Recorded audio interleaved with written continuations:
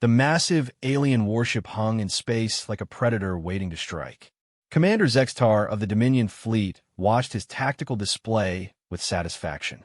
The primitive species on the blue planet below had no idea what was coming. Earth would fall within hours, just like the hundreds of worlds before it. "Sir, we're detecting an anomaly," his sensor officer suddenly announced. The reptilian creature's scales shifted to a nervous yellow color. "Something is emerging from subspace, approximately 10,000 kilometers from our position." Zextar turned his attention to the main view screen. Space itself seemed to ripple and tear, creating a wound in reality that glowed with impossible colors. Through that tear came a ship unlike anything in the Dominion's vast databases. It was clearly human in design, but wrong somehow. The hull seemed to shift and flow like liquid metal, constantly reshaping itself. Strange energy patterns danced across its surface. The ship bore markings that identified it as the UES Pioneer, a human exploration vessel that had vanished over 50 years ago during humanity's first attempts at faster-than-light travel. But this couldn't be the same ship. The Pioneer had been a simple research vessel, barely larger than a Dominion patrol craft.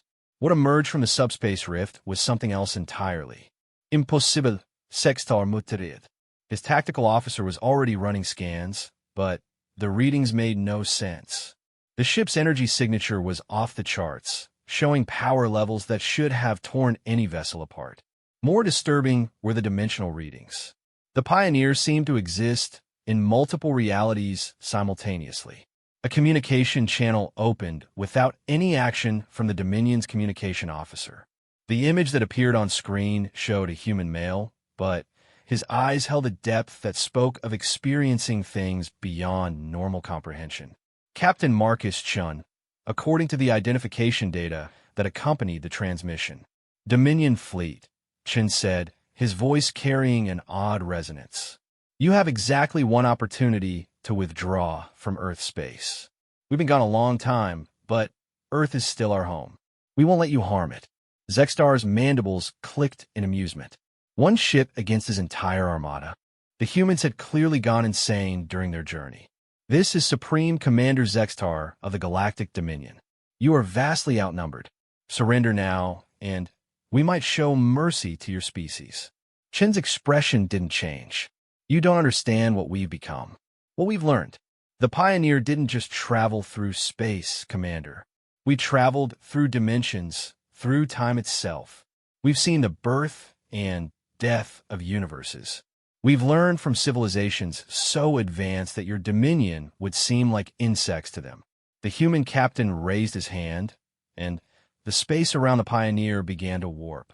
Reality itself seemed to bend to his will. "We try to warn you peacefully. Remember that. What happened next defied every law of physics the Dominion understood. The Pioneer didn't fire weapons in any conventional sense. Instead, it simply existed harder than everything around it. Dominion ships began to flicker and fade, as if their reality was being questioned and found wanting. Zextar watched in horror as his proud warship's hull began to become translucent. He could see through the walls to the space beyond. His crew members were screaming, their forms becoming ghost-like and insubstantial. "What are you doing?" he demanded, his voice distorted as his own existence began to waver. "We're not destroying you," Chen replied calmly. "We're simply moving you to a different dimensional frequency. You'll exist, just not in this reality anymore. Consider it a mercy. The things we encountered in the void between dimensions weren't nearly as kind." The tactical display showed chaos. Half the Dominion fleet had already phased out of existence. The remaining ships were firing their weapons desperately, but the energy beams passed through the Pioneer as if it wasn't there. Or perhaps it was the weapons that weren't truly there. In his final moments before being shifted out of reality, Zextar realized the truth. Humanity hadn't just survived their journey into the unknown. They had evolved. They had found something out there in the darkness between stars, something that had transformed them into beings that operated on a completely different level of existence. The last thought that crossed his mind was a warning he would never be able to deliver, never underestimate the humans. They had a talent for turning their greatest disasters into their greatest strengths. The loss of the Pioneer hadn't been a tragedy. It had been a metamorphosis. As the last Dominion ship faded from Earth's reality, the Pioneer hung alone in space. A guardian returned home with impossible gifts. The world's leaders gathered in the United Nations Assembly Hall, but this meeting was unlike any before. Above them, holographic displays showed the Pioneer floating serenely in orbit. The alien invasion force had vanished without a trace, shifted to another dimension by technology that Earth's greatest scientists couldn't begin to understand. President Sarah Martinez stood at the podium, her face showing the strain of the past 24 hours. Behind her, screens displayed Captain Chen's image as he prepared to address humanity from his impossible ship. "People of Earth," Chen began, his voice carrying to every corner of the planet through the Pioneer's advanced communication systems. "We have so much to tell you, so much to share. But first, you need to understand what happened to us." The holographic displays changed, showing images that made the assembled leaders gasp. Vast cosmic structures that dwarfed galaxies. Beings of pure energy that existed across multiple dimensions. Civilizations that had transcended physical form entirely. When the Pioneer attempted its first jump 50 years ago, something went wrong. Or perhaps something went perfectly right. We didn't just travel through space. We broke through the barriers between dimensions. We found ourselves in a realm where the laws of physics were more like gentle suggestions. Chen's image flickered, and, for a moment, the assembly saw him as he truly was now. His form seemed to exist in multiple states simultaneously, shifting between solid matter and pure energy. His eyes held the wisdom of 1,000 lifetimes. We were lost, terrified, dying. Our ship was failing, our life support systems breaking down. That's when they found us. The architects, we called them, beings so advanced that they had helped shape the fundamental forces of the universe itself. They took pity on us, these primitive humans stumbling through dimensions we couldn't understand. The story that unfolded was beyond anything science fiction had imagined. The architect had not only saved the Pioneer's crew, but had chosen to educate them. They had shown them the true nature of reality, taught them to manipulate dimensions and time itself. The human crew had spent what felt like millennia learning, evolving, becoming something more than human. But we never forgot home, Chen continued. No matter how far we traveled, no matter how much we changed, Earth was always in our hearts. The architects understood this. They said it was what made us special. Most species that achieved dimensional transcendence forgot their origins. We didn't. Dr. James Harrison, Earth's leading physicist, raised his hand. "Captain Chen, the technology you've displayed, it could revolutionize everything. Energy, medicine, space travel. Can you share with us?" Chen smiled sadly. "That's why we're here. But you need to understand the responsibility that comes with this knowledge. The Dominion fleet that tried to invade, they weren't evil, just limited. They couldn't conceive of existence beyond their single dimension. We've sent them to a parallel reality where they can live peacefully, never able to find their way back here." The implications were staggering. Earth now had protectors who could manipulate reality itself. But what price had they paid for this power? "We're still human," Chen assured them, sensing their unease. "Changed, evolved, but human. We feel love, joy, sadness. We miss our families, even though most are now gone. We want to help humanity take its next step, but it must be done carefully." General Rebecca Thompson, head of Earth's combined military forces, spoke up. "What about other threats? The Dominion can't be the only hostile force out there." "They're not," Chen confirmed. "But that's why we're here. The Pioneer will remain in Earth orbit as a guardian. We've already begun establishing a defensive network around the solar system. Any hostile force will find Earth a very difficult target." The meeting continued for hours. Chen explained that the Pioneer's crew would begin sharing technology gradually. Medical advances that could cure any disease. Energy systems that could power the entire planet cleanly. transportation methods that could unite humanity like never before. But he also warned of the dangers. The universe was vast and full of wonders, but also terrors. Beings that existed as pure thought and could drive men mad. Dimensions where the laws of physics were hostile to human life. Technologies that could destroy as easily as create. We'll guide you, Chen promised. We'll teach you, but humanity must choose its own path. We won't force evolution upon you. That's not the human way. As the assembly dispersed, the weight of a new age settled upon them. Humanity had lost a ship and crew to the void, but they had returned as something miraculous. The Pioneer hung in the sky, a promise of incredible futures and a shield against unimaginable threats. Earth would never be the same. The question now was whether humanity was ready for the gifts their lost children had brought home. 6 months had passed since the Pioneers' return, and Earth was transforming in ways nobody could have predicted. In Mumbai, Dr. Priya Sharma watched as her patient, a young girl who had been paralyzed since birth, took her first steps. The medical nanobots provided by the Pioneer had repaired her spinal cord at the cellular level, accomplishing what traditional medicine had deemed impossible. Across the globe, similar miracles were becoming commonplace. The crew of the Pioneer had been true to their word, sharing their advanced technology gradually but steadily. They had started with medicine, reasoning that healing should come before anything else. But not everyone was celebrating. In a shadowy boardroom in Zurich, a group of the world's most powerful individuals held a secret meeting. These were the people who had controlled Earth's resources, its economies, its very future. Now they faced obsolescence. The free energy generators have already crashed the oil markets, one member stated grimly. Coal, natural gas, even nuclear, all becoming worthless. Our entire power structure is crumbling.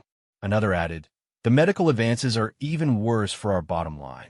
Why would anyone pay for treatments when the Pioneer's technology can cure anything? We're looking at the complete collapse of the pharmaceutical industry.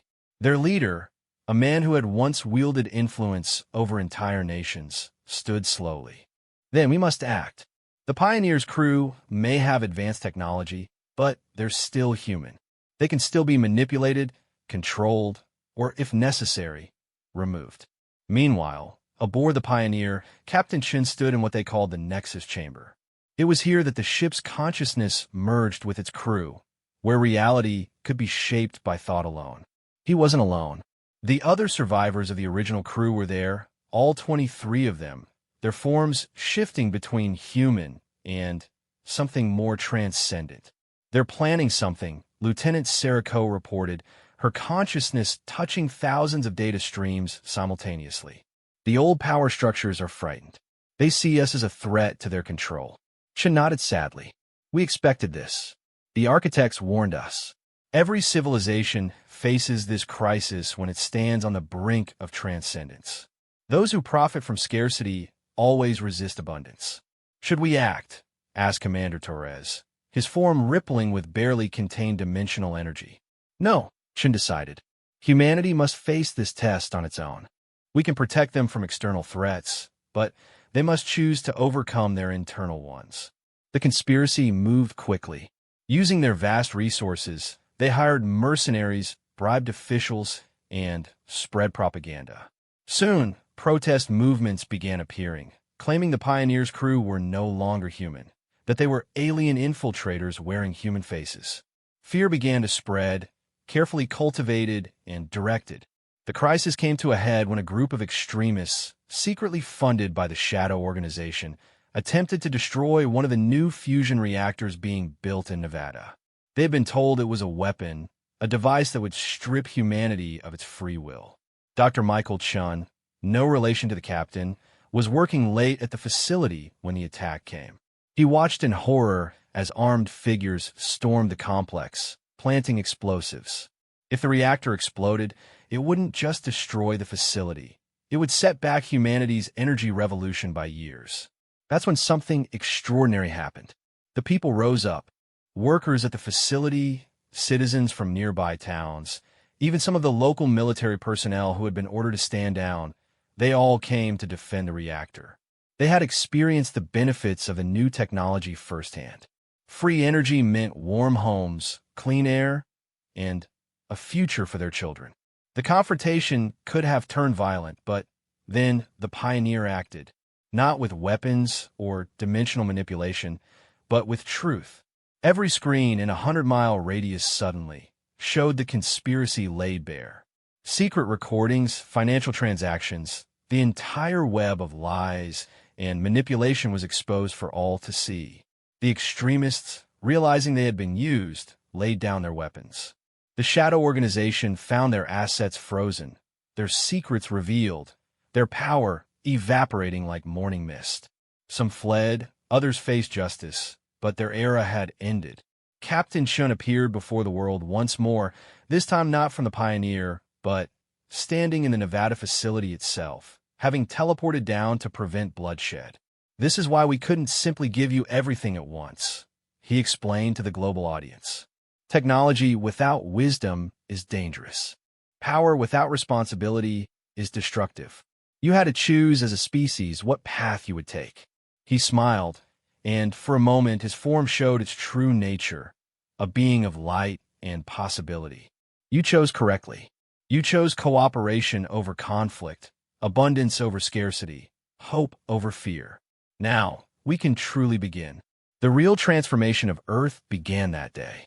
Not just in technology, but in spirit. Humanity had faced its test and emerged stronger. The old ways of thinking, the zero-sum games of the past, began to fade.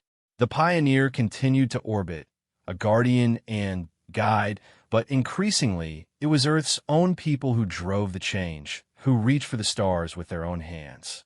10 years had transformed Earth into something unrecognizable from its past. Cities floated in the sky, powered by dimensional energy. The oceans were clean, the air pure. Poverty and hunger were distant memories. Humanity had not only survived, but thrived under the guidance of the Pioneer's crew. But Captain Marcus Chun stood on the observation deck of the Pioneer, looking down at Earth with concern. Something was coming. The dimensional sensors had been detecting disturbances for weeks now. Something vast and hostile was moving through the layers of reality, heading straight for Earth. "It's the Devourers," Lieutenant Ko confirmed, materializing beside him. Her form was more energy than matter now, a sign of how far the crew had evolved. "The architects warned us about them, beings that consume entire realities, leaving nothing but void behind." Chun felt a weight settle upon him. The Devourers were beyond anything the Dominion had been. They existed as a force of entropy itself, unmaking existence wherever they went. Even the Pioneers' advanced technology might not be enough. "Alert Earth's Defense Council," Chun ordered, "and prepare the crew. We may need to use the final protocol." On Earth, the news of the approaching threat was met with a mixture of fear and determination. Humanity had come too far to fail now. In the 10 years since the Pioneers' return, humans had begun their own journey into dimensional science. They had learned to manipulate energy and matter in ways that would have seemed like magic before. Dr. Priya Sharma, now Earth's leading dimensional physicist, stood before the World Council. "The Pioneers' crew has given us the tools, but this fight will require all of humanity. Every person, every mind, every spirit united in purpose." The plan they developed was audacious. Instead of trying to fight the Devourers with conventional weapons or even dimensional manipulation, they would use humanity's greatest strength, their ability to adapt and overcome through unity. As the Devourers approached, reality itself began to fray at the edges. Stars flickered and died. Entire sections of space simply ceased to exist. The Pioneer took point, its crew extending their consciousness across dimensions, holding reality together through sheer force of will. But it wasn't enough. The Devourers were too vast, too hungry. They began to break through, their non-existence eating away at everything. That's when humanity acted, not with weapons or technology, but with something far more powerful. Every human on Earth, guided by the techniques the Pioneers' crew had taught them, reached out with their minds. 7 billion souls united in a single purpose, a single thought. We exist. We choose to exist. We will continue to exist. The effect was immediate and stunning. Human consciousness, amplified by their unity and guided by the Pioneers' dimensional technology, became a force that even the Devourers couldn't consume. Where the Devourers tried to unmake reality, humanity remade it, stronger than before. Captain Shin watched in awe as Earth itself began to glow with transcendent energy. Humanity was evolving, not gradually as his crew had done, but in a single magnificent moment of unity. They were becoming something new, something that could stand against any threat. The Devourers recoiled, finding for the first time something they couldn't consume. Human will, human hope, human determination. These concepts were anathema to beings of pure entropy. They tried to retreat, but humanity wouldn't let them. No, the collective voice of humanity spoke through dimensions. You've destroyed enough, consumed enough. It ends here. What happened next rewrote the laws of the universe itself. Humanity didn't destroy the Devourers. That would have been perpetuating the cycle of violence. Instead, they transformed them. The collective human consciousness reached out and gave the Devourers what they had never had: purpose beyond destruction, existence beyond consumption. The beings of entropy became beings of creation. Their vast power turned to healing the wounds they had torn in reality. Where they had once left only void, now they spread new life, new possibilities. As the crisis passed, Captain Shun felt his purpose fulfilled. The Pioneer had returned to protect Earth, but in the end, Earth had protected itself and gone beyond. It's time, he told his crew.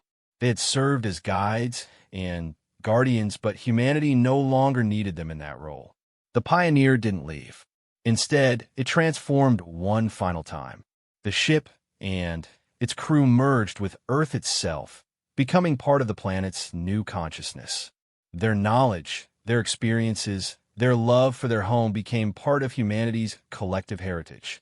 Earth stood now as a beacon in the universe, not a conqueror or destroyer, but a healer and teacher. Species across the galaxy would come to learn from humanity's example. The lost ship had returned with impossible technology, but the greatest gift it had brought was the reminder of what humanity could become when united. In the end, the story of the Pioneer wasn't about the technology or the power. It was about coming home and finding that home had grown strong enough to not just be protected, but to become the protector of others.